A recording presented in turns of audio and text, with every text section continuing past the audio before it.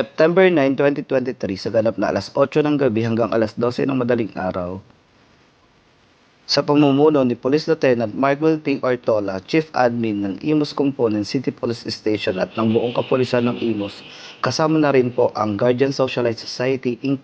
Kingfisher Imus Chapter, ay nagkandak ng COMELEC checkpoint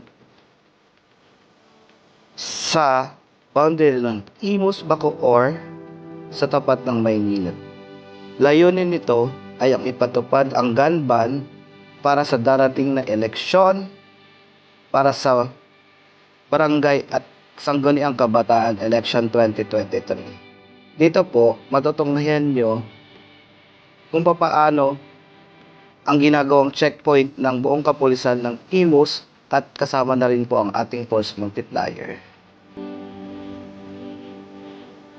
Paalala po sa mga motorista na ito po ay nagsimula noong August 28 hanggang sa November 29, 2020. Maraming salamat po.